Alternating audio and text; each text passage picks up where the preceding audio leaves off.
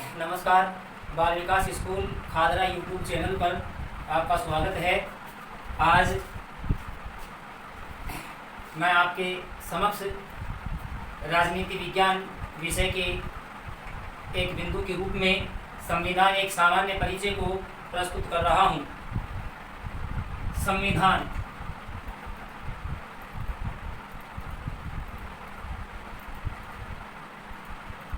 सामान्यतः संविधान शब्द के विषय पर ये बार बार सोच लिया जाता है कि संविधान सामान्यतः कानून होता है, लेकिन संविधान का ये अर्थ समझ लेना किसी भी दृष्टिकोण से उचित नहीं है। संविधान दो शब्दों के मेल से बना है, से प्लस विधान, अर्थात से का मतलब है निहित और विधान का मतलब है कानून। अतः ऐसी पुस्तक जिसमें कानून निहित हो उसे संविधान कहा जाता है। परंतु संविधान का ये एक पक्षीय अर्थ है। विस्तृत अर्थों में संविधान एक दस्तावेज है। विस्तृत अर्थों में संविधान एक दस्तावेज है। संविधान एक डॉक्यूमेंट है।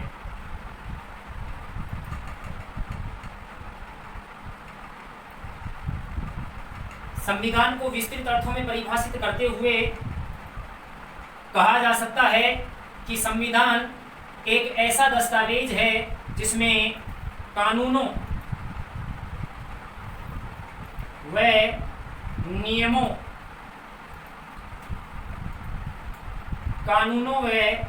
नियमों का संग्रह होता है।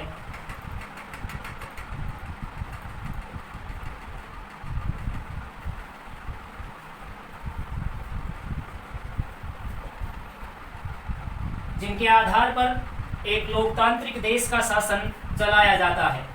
इस तरीके से संविधान नियमों और कानूनों के संग्रह से संबंधित एक दस्तावेज है, जिनके आधार पर एक लोकतांत्रिक देश का शासन चलाया जाता है। इस तरीके से लोकतांत्रिक शासन व्यवस्था वाले देशों में संविधान का होना अनिवार्य है। बिना संविधान के हम लोकतंत्र की कल्पना नहीं कर सकते। लोकतांत्रिक शासन व्यवस्था का संचालन केवल और केवल संविधान के आधार पर हो सकता है। बिना संविधान के लोकतांत्रिक शासन व्यवस्था का संचालन नहीं किया जा सकता। इस प्रकार लोकतंत्र के अभाव में, संविधान के अभाव में हम लोकतंत्र को जीवित नहीं देख सकते। जहां संविधान नहीं होता है वहां लोकतंत्र भी नहीं होता है। लोकतंत्र के लिए संविधान का होना नितांत आवश्यक है।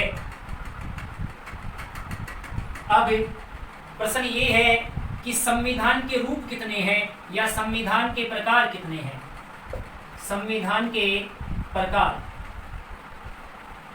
सामान्यतः समस्त विश्व राजनीतिक व्यवस्था में जितने भी लोकतांत्रिक देश हैं उन सभी देशों में संविधान मौजूद हैं। संविधान की प्रकृति के आधार पर संविधान दो तरह के होते हैं, लिखित संविधान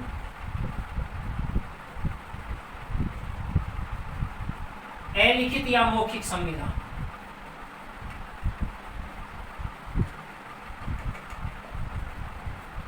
अलिखित या मौखिक संविधान।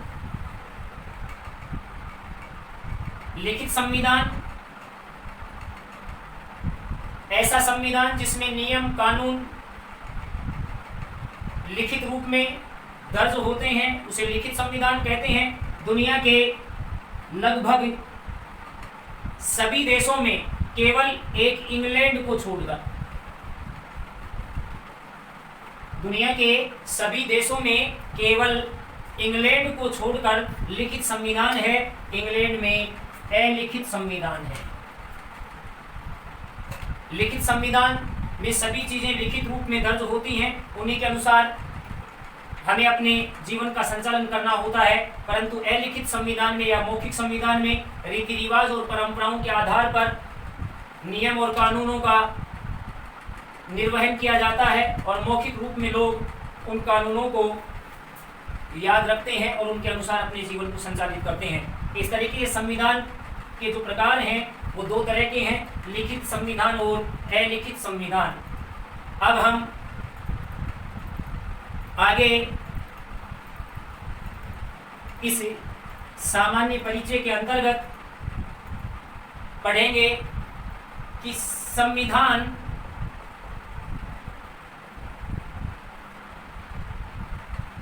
का निर्माण लोकतांत्रिक राजनीतिक व्यवस्था के लिए संविधान का होना जरूरी है। संविधान का निर्माण किस तरीके से होता है? क्या दुनिया के जितने भी देश हैं उन सभी देशों में संविधान मौजूद हैं? क्या ये सभी संविधान एक समान होते हैं या इनमें कुछ डिफरेंस होता है? तो प्रत्येक संविधान संदर्भित देश की संस्कृति पर आधारित होता है। संदर्भित देश में जिस तरह की रीति रिवाज परंपराएं, वहाँ की जिस तरह की संस्कृति होती है, संविधान का निर्माण उसी प्रकार से आगे बढ़ता है।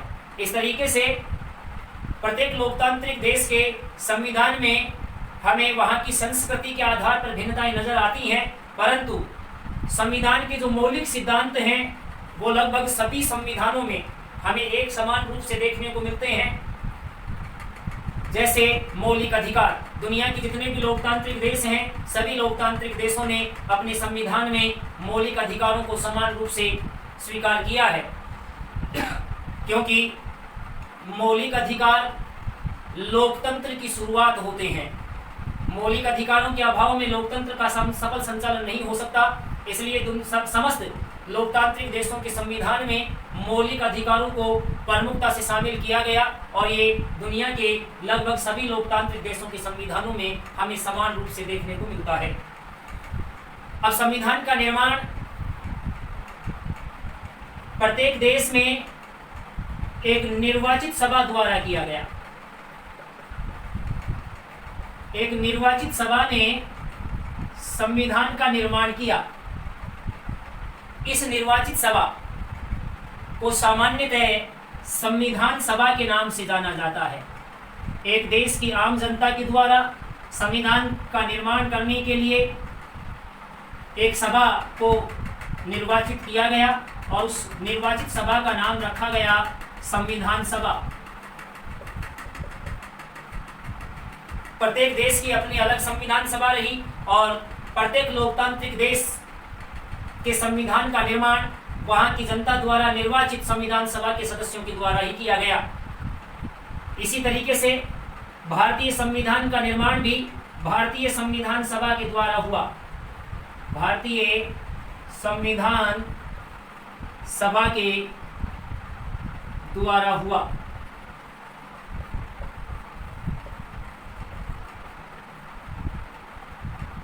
हालांकि संविधान सभा की जो सबसे पहली मांग है वो महात्मा गांधी ने रखी थी।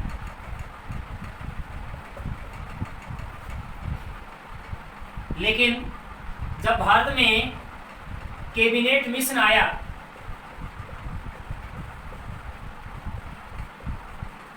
तो कैबिनेट मिशन के प्रस्ताव के अंतर्गत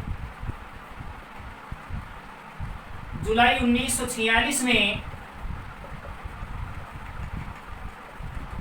भारतीय संविधान सभा के चुनाव हुए।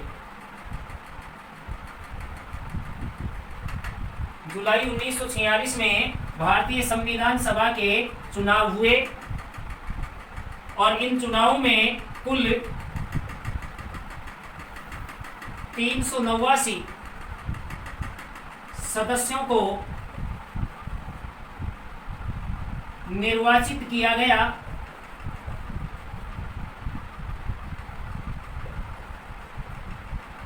इनमें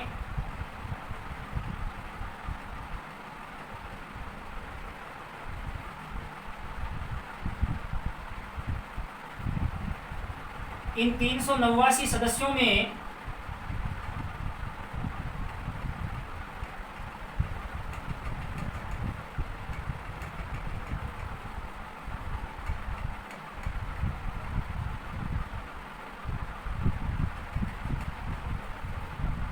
292 जो सदस्य थे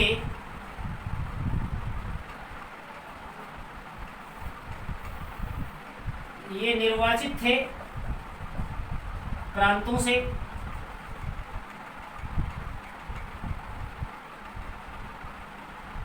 तिरानवे सदस्य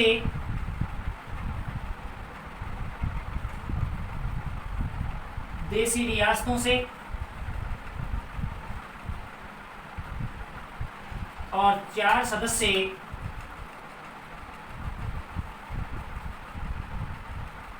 ब्रिटिश टेरिटरी से। इस तरीके से कुल 389 सदस्यों का चुनाव हुआ। देश की जनता ने इन 389 सदस्यों पर देश के संविधान के निर्माण का कार्यभार डाला। अब भारतीय संविधान निर्माण की प्रक्रिया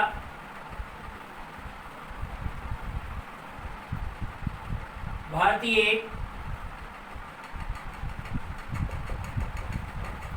संविधान निर्माण की प्रक्रिया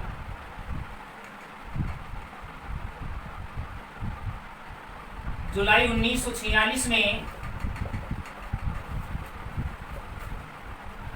भारतीय संविधान सभा के चुनाव हुए।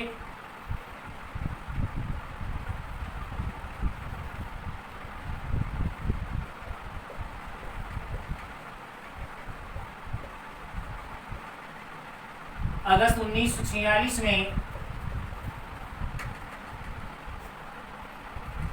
भारतीय संविधान सभा का गठन हुआ।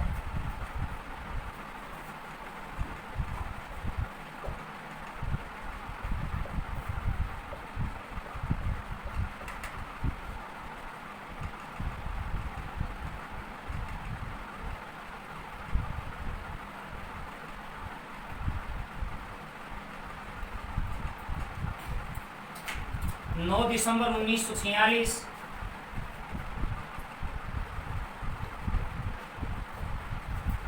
संविधान सभा की प्रथम बैठक।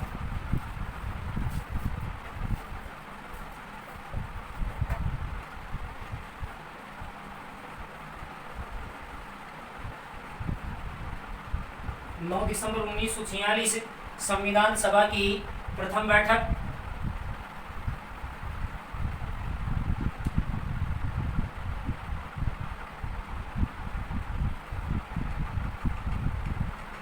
अध्यक्षता अस्थायी अध्यक्ष के रूप में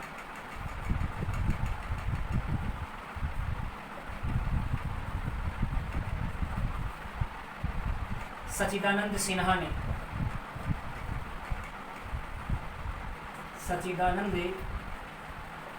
ने की।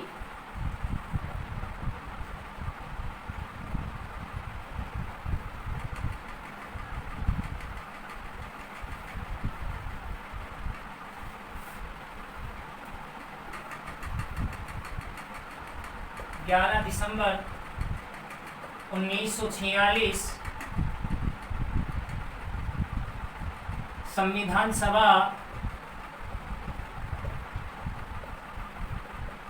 में सर्वसम्मति से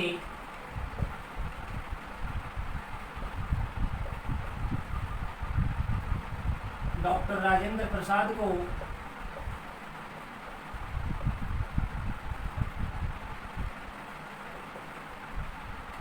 स्थायी अध्यक्ष चुना।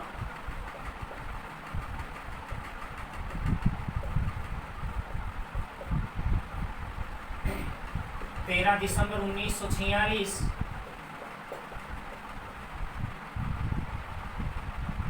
पंडित जवाहरलाल नेहरू द्वारा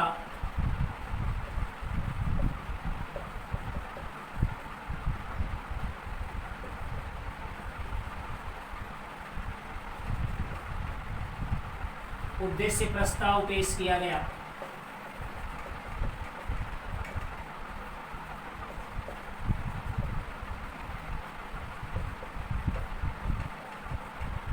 इस तरीके से 9 दिसंबर 1946 को संविधान सभा की पहली बैठक आयोजित होती है। जिसकी अध्यक्षता अस्थायी अध्यक्ष के रूप में सचिदानंद सिन्हा करते हैं। इसके बाद 11 दिसंबर 1946 को संविधान सभा सर्वसम्मति से डॉक्टर राजेंद्र प्रसाद को अपना स्थायी अध्यक्ष चुनती है। 13 दिसंबर 1946 को पंडित जवाहरलाल नेहरू द्वारा उद्देश्य प्रस्ताव संविधान सभा में पेश किया जाता है। इसके बाद भारतीय संविधान निर्माण की जो प्रक्रिया है वो आगे बढ़ती है। भारतीय संविधान सभा द्वारा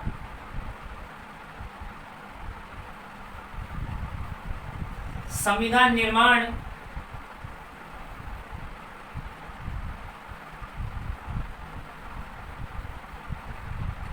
भारतीय संविधान सभा द्वारा संविधान निर्माण का जो प्रारूप बनाने का कार्य प्रारूप समिति को सौंपा गया।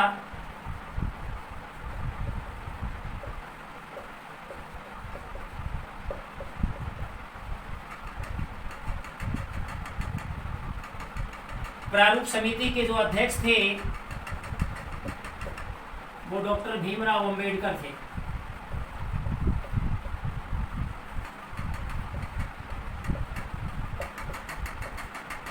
डॉक्टर भीमराव अंबेडकर ने भारतीय संविधान के ड्राफ्ट को तैयार किया और भारतीय संविधान निर्माण की जो प्रक्रिया रही उस प्रक्रिया में अपने विशेष योगदान को देकर भारतीय संविधान के निर्माण के कार्य को आगे बढ़ाया। 9 दिसंबर 1946 से 26 नवंबर 1949 तक कुल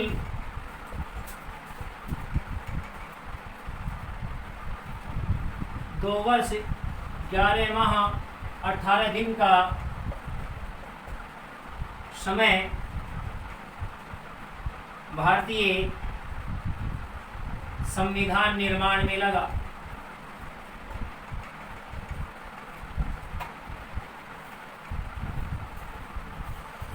इस तरीके से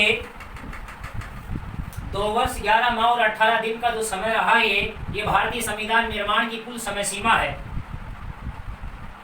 अब प्रश्न ये है कि जब 26 नवंबर 1949 को अंतिम अधिवेशन में संविधान बनकर के जब तैयार हो गया था तो इसे 26 जनवरी 1950 को क्यों लागू किया गया?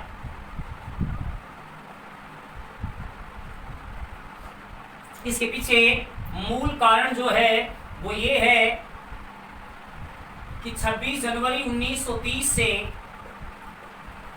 भारतीय राष्ट्रीय कांग्रेस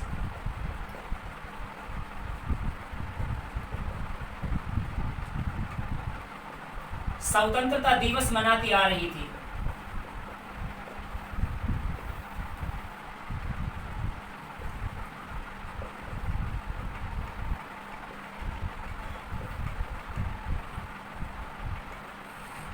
अब हमें स्वतंत्रता प्राप्त हुई 15 अगस्त 1947 को। इस तरीके से 26 जनवरी का ये महत्वपूर्ण दिन शेष रह गया था। यही कारण था कि 26 नवंबर को संविधान सभा ने स्वीकार तो किया परंतु लागू नहीं किया। 26 नवंबर 1949 को संविधान सभा ने संविधान को स्वीकार तो किया परंतु लागू नहीं किया। और 26 जनवरी के इस महत्वपूर्ण दिन को यादगार बनाने के लिए 26 नवंबर के बजाय 26 जनवरी 1950 को भारत का संविधान देश पर लागू कर दिया गया। और इस तरीके से 26 जनवरी का जो दिन स्वतंत्रता दिवस के रूप में यादगार बनता आ रहा था उसे गणतंत्र दिवस के रूप में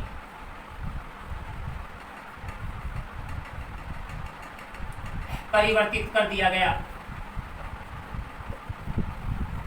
ये था वो कारण कि 26 जनवरी को जब स्वीकार किया गया तो लागू क्यों नहीं किया गया। कारण इसमें यह था कि 26 जनवरी 1930 से भारतीय राष्ट्रीय कांग्रेस स्वतंत्रता दिवस मनाती आ रही थी, इसलिए वो दिन महत्वपूर्ण बन गया था। और उसी दिन को यादगार बनाने के लिए 26 जनवरी 1950 को भारत का संविधान देश पर लागू किया गया। भारत गणतंत्र बना और 26 जनवरी को गणतंत्र दिवस मनाया जाने लगा। इस तरीके से भारत का संविधान बनकर के तैयार होता है, लेकिन संविधान सभा द्वारा निर्मित ये संविधान अनेकों रास्तों से, अनेकों पड़ावों से होकर के गुजरा और इसी के तहत भारतीय संविधान सभा ने अनेक देशों के संविधानों का भी इसमें अध्ययन किया और उन संविधानों की कुछ अच्छे प्रावधानों को हमारे संविधान का हिस्सा बनाया गया। सबसे पहले अब आपके सामने मैं भारतीय संविधान सभा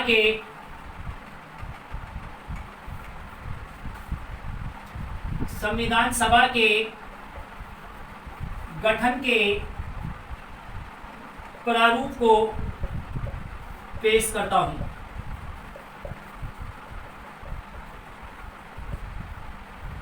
संविधान सभा में कुल 389 सदस्य स्वतंत्रता पूर्व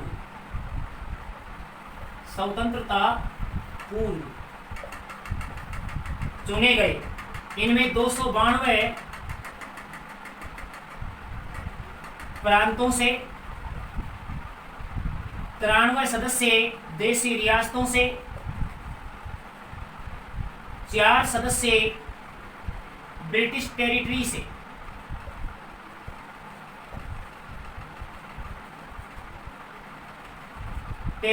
शामिल थे। ये टोटल 389 हुए। इस तरीके से 389 सदस्यों का चयन हुआ, जिसमें 292 सदस्य निर्वाचित थे, 93 सदस्य मनोनीत थे देशी रियासतों से और 4 सदस्य मनोनीत थे ब्रिटिश टेरिटरी से। कुल 389 सदस्यों का निर्वाचन इसमें हुआ था। अब आज़ादी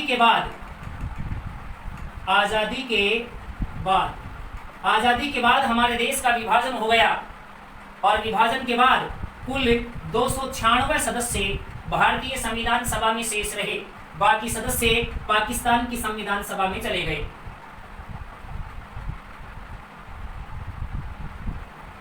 इस तरीके से आजादी के बाद भारतीय संविधान सभा में कुल 296 सदस्य शेष रहे।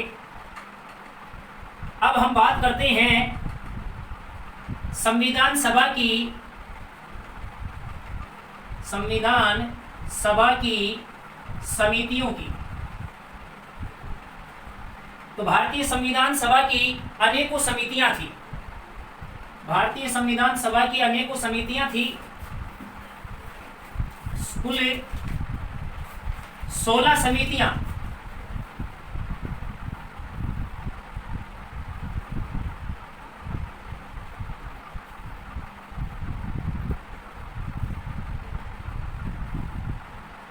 कुल मुख्य जो 16 समितियां थी, उनमें से प्रारूप समिति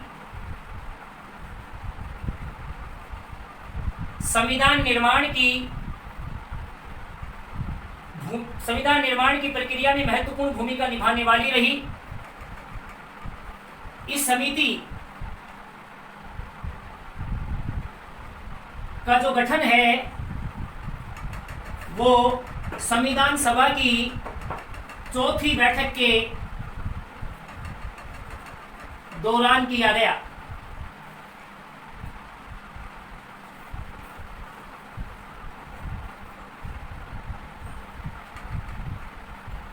संविधान सभा की चौथी बैठक के दौरान प्रारूप समिति का गठन किया गया।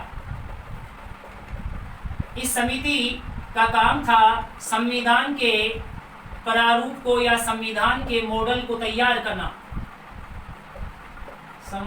संविधान के प्रारूप को तैयार करना। इस समिति के अध्यक्ष बनाए गए डॉक्टर राजेंद्र प्रसाद, डॉक्टर भीमराव अंबेडकर,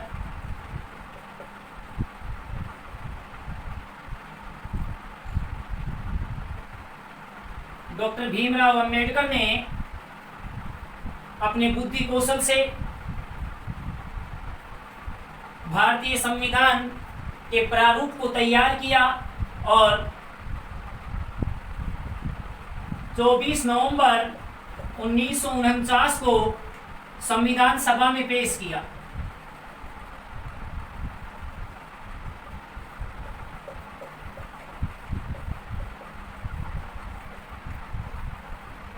संविधान सभा ने भारतीय संविधान के प्रारूप को स्वीकार किया। प्रारूप को स्वीकार किया और इसके साथ ही भारतीय संविधान के निर्माण की जो प्रक्रिया थी वो पूरी हुई। अब प्रश्न ये उठता है कि भारत का संविधान जो दुनिया का एक विशाल संविधान है, उस संविधान के निर्माण में कौन कौन से ऐसे माध्यम रहे जिन्होंने सहायक की भूमिका निभाई। तो अब आपके सामने है भारतीय संविधान निर्माण के स्रोत।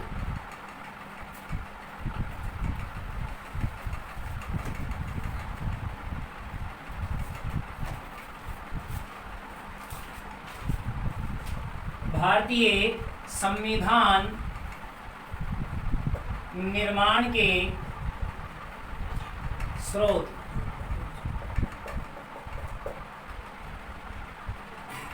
आज के संविधान एक सामान्य परिचय के इस टॉपिक के अंतर्गत आपके सामने संविधान का अर्थ, संविधान की परिभाषाएं, संविधान की प्रकृति, उसके रूप और संविधान निर्माण की प्रक्रिया, विशेषतः भारतीय संविधान के गठन की प्रोसेस को आपके सामने पेश किया गया। अब भारतीय संविधान निर्माण की प्रक्रिया की जो स्रोत रहे उनका विश्लेषण हम अगले कालांश में करेंगे। आप सब सब्सक्राइब, लाइक करें और सब्सक्राइब करें। धन्यवाद।